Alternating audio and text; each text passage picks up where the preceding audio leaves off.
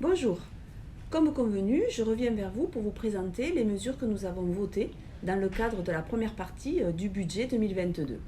Aujourd'hui, je vais vous parler des mesures pour les collectivités territoriales.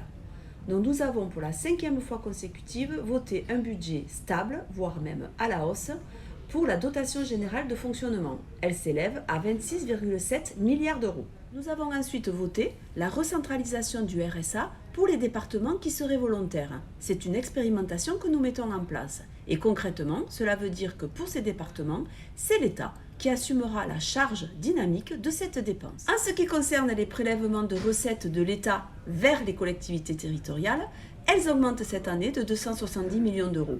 C'est donc une enveloppe globale de 43,2 milliards d'euros que nous mettons à disposition des collectivités. Et bien sûr, hors plan crise, où nous avons déjà voté des budgets.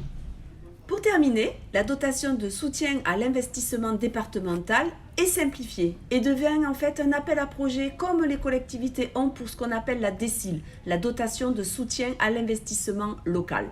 Et cette enveloppe-là, nous augmentons de 350 millions d'euros. Voilà en ce qui concerne les collectivités territoriales. Il nous reste maintenant à examiner la deuxième partie du projet de loi de finances 2022, à savoir les budgets des différents ministères. Écologie, transport, sécurité, justice, agriculture et bien sûr ma mission travail-emploi. Nous aurons à examiner aussi le plan d'investissement que le président de la République a annoncé France 2030, mais aussi la revalorisation ou plutôt la reconnaissance en faveur des harkis, le chèque énergie de plus 100 euros, il faudra le voter dans un projet de loi rectificatif, et aussi des mesures en faveur des demandeurs d'emploi de longue durée avec des parcours de formation et le contrat ou le parcours d'engagement réservé aux jeunes. Voilà tout un programme qui démarre dès la semaine prochaine.